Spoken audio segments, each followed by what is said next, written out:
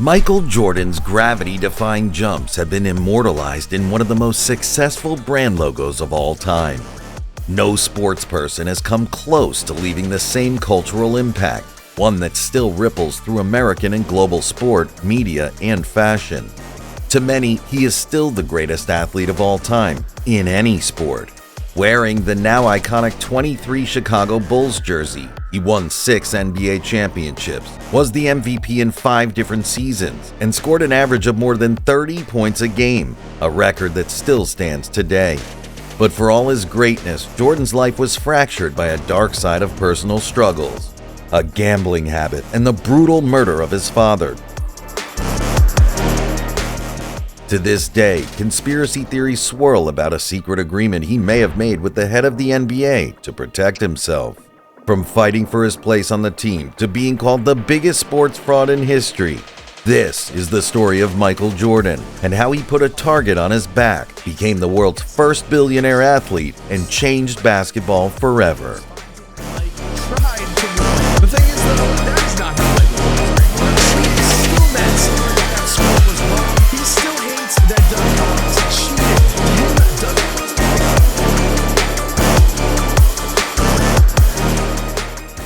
Michael Jordan grew up in North Carolina.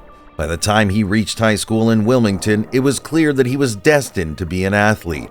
His athleticism meant he excelled at baseball, football, and virtually any sport he applied himself to. The only question was which sport he would settle on.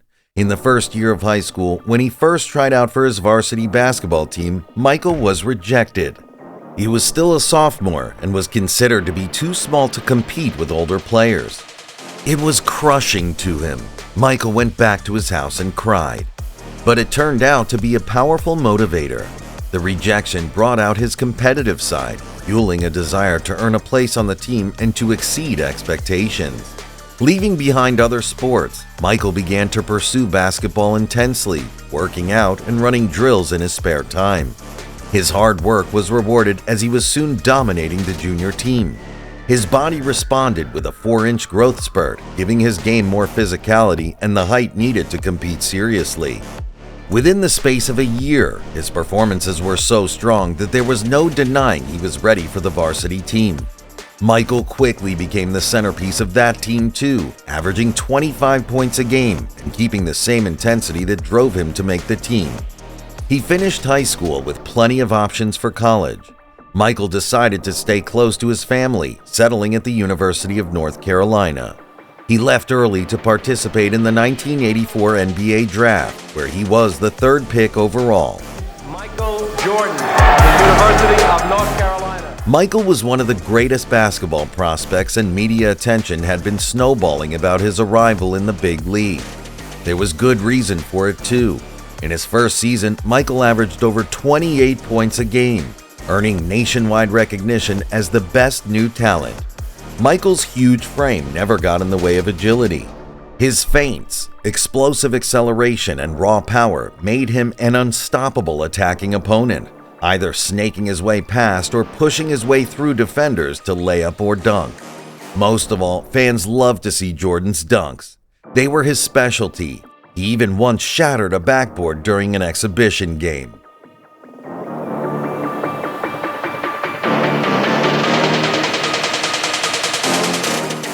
However, not everyone was caught up in Jordan fever.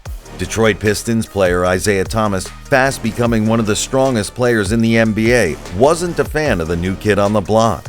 According to a former teammate, Thomas didn't like how Michael was now the biggest star in his own hometown, Chicago. This was a rivalry that would end up denying Jordan 3 championships.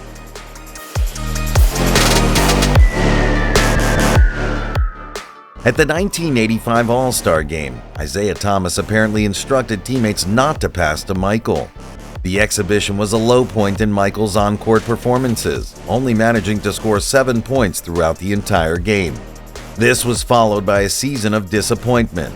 The Chicago Bulls made it to the playoffs in 1986, but were eliminated by the Boston Celtics. And the following 3 years were just as heartbreaking, where the Bulls were taken out of the playoffs by the Detroit Pistons 3 seasons in a row, led by Jordan's nemesis, Isaiah Thomas. Then, the 1990s signaled a new era for the Bulls.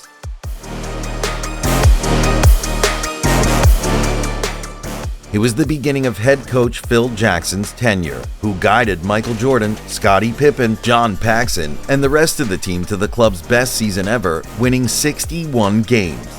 This form continued through the playoffs, where the Bulls trounced their way to the finals and beat the LA Lakers in a 5-game series. Michael Jordan had won his first NBA championship and was at the peak of his powers, averaging 31.5 points throughout the season. It was a golden era for the Chicago Bulls. The team was tighter than ever before, and under Phil Jackson followed up with 2 more seasons of even greater success. In 1992, they won even more games, 67, and beat the Portland Trail Blazers for a second championship. The third act in the Bulls' golden era started much the same. However, some cracks were forming in the team. At the close of the regular season, they were second in the Eastern Conference. After clinching the first 2 games in the series, the Bulls were on the verge of winning 3 back-to-back championships. That was until the Phoenix Suns switched into gear. Game 6 took the Bulls with just 3.9 seconds left on the clock. John Paxson made a 3-point shot that clinched the game, the series, and with it, Michael Jordan's 3rd championship in a row. They'd won it by the skin of their teeth. However, the victory would soon be tainted. Celebrations had barely simmered down when Michael was plunged into a state of mourning. His father, James, had been murdered in a carjacking gone wrong.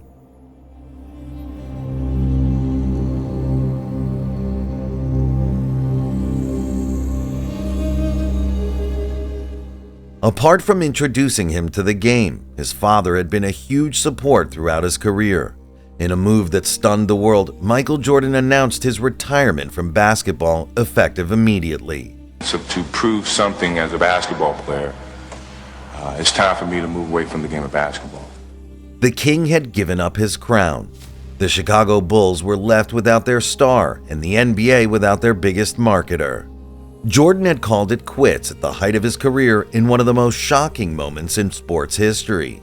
However, Jordan's exit may have been more controversial than that. It may have been the result of a secret deal made to protect Jordan's legacy from crumbling down.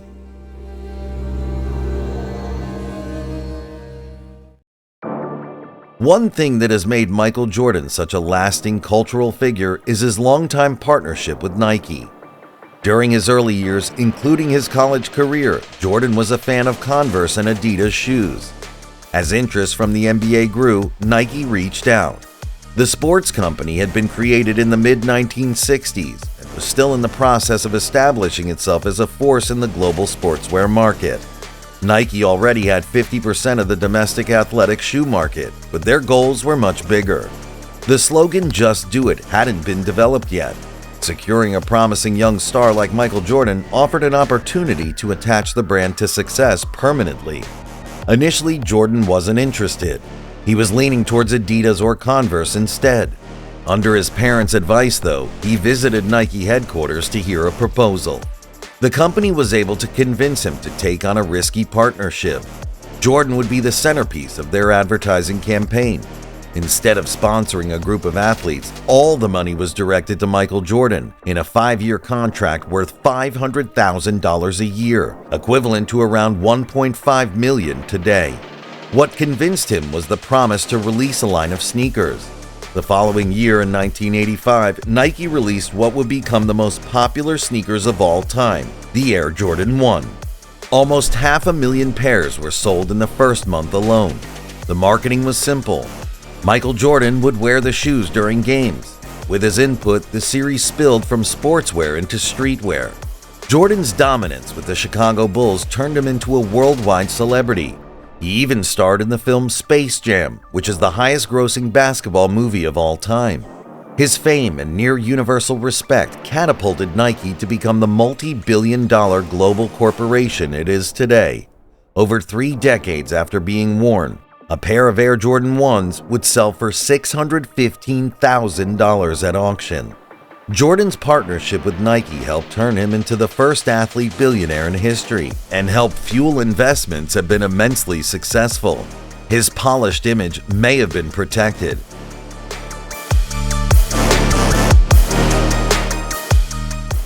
After Jordan shockingly retired in 1993, rumors began swirling immediately. The media began to theorize about a secret suspension the NBA could have handed out to Jordan. A year earlier in 1992, Jordan had testified during the trial of a drug dealer who was found to have a personal check for over $50,000 signed by Michael Jordan. Eventually, under oath, he revealed that the payment stemmed from gambling losses.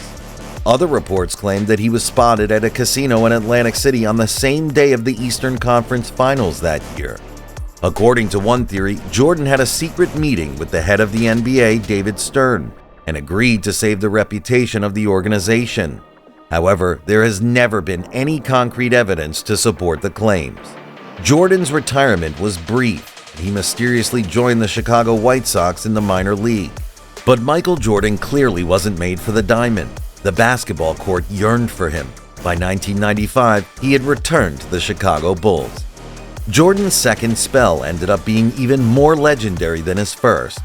The 1996 lineup included Jordan, Scottie Pippen, Dennis Rodman, Steve Kerr, and Ron Harper, which some consider to be the best team of all time.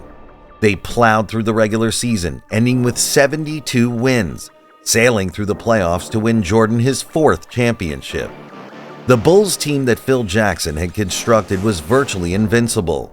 2 more dominant seasons followed, a 6-series final in 1997 and a clutch performance in the 1998 finals. Michael Jordan had won 6 NBA championships and had been MVP in all of them. However, the end was near. Phil Jackson, after agreeing to see out one final season with Chicago, was leaving the team, along with Scottie Pippen and Dennis Rodman. The dream team was crumbling. In 1999, Jordan announced for the second time his retirement. He returned one final time to the NBA, this time to the Washington Wizards. By his second season, his points per game dropped to a career low of 20, and he had grown unhappy with his teammates. It was more like a farewell tour. In his final game, 41,000 fans chanted for Michael Jordan to return to the court one last time from the bench. Jordan was subbed on, where the Philadelphia 76ers intentionally fouled him to give him a final free throw, which he sunk.